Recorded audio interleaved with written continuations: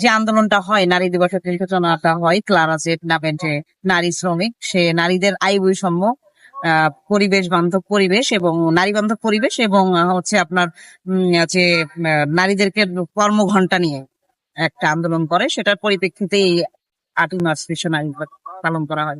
সেই বৈষম্যের আন্দোলন কিন্তু আমরা 25-এও দেখেছি এবং সেখানেও দেখেছি সম্মুখ সারিতে কিন্তু নারী ছিলেন, নারী শহীদ আছেন। যখন পুরুষেরা আন্দোলন চালাইতে পারতেছিল না, তখন নারীদের মাধ্যমে সেই আন্দোলনকে আগায় নিয়ে গেছে, ঢাল হিসেবে ব্যবহার করছে, মানে পুলিশের ব্যারিকেড হিসেবে ব্যবহার করছে। কিন্তু আপনি দেখেন গুরুত্বপূর্ণ জায়গাগুলোতে তাদেরকে বাদ দেওয়া হয় বা আগাইতে দেয় না। আসলে মেইন সমস্যাটা কোথায় দেয় না, মেইন সমস্যাটা হচ্ছে নারীর দৃশ্যমানতা। এই যে নারী কি পোশাক পরলো এটা বিষয় না, নারী কি বললো এটাও বিষয় না, এই যে নারীর দৃশ্যমানতাটা আসলে পুরুষতান্ত্রিক সমাজ ব্যবস্থাটা নিতে পারে না। নারীর কাছে শাসিত হবে এটাও তারা নিতে পারে না, নারী কেন আগায় আসছে সেটাতেও তাদের সমস্যা। আর আপনি যদি চলমান সহিংসতার কথা বলেন, আজকে আমি জামা পরলে বলবে ওড়না কোথায়, ওড়না পরলে বলবে বোরকা কোথায়, বোরকা পরলে হিজাব কোথায়। তো হিজাব পরে তারপরেও যদি আমি বাইরে আসি তখন বলবে বাইরে কেন।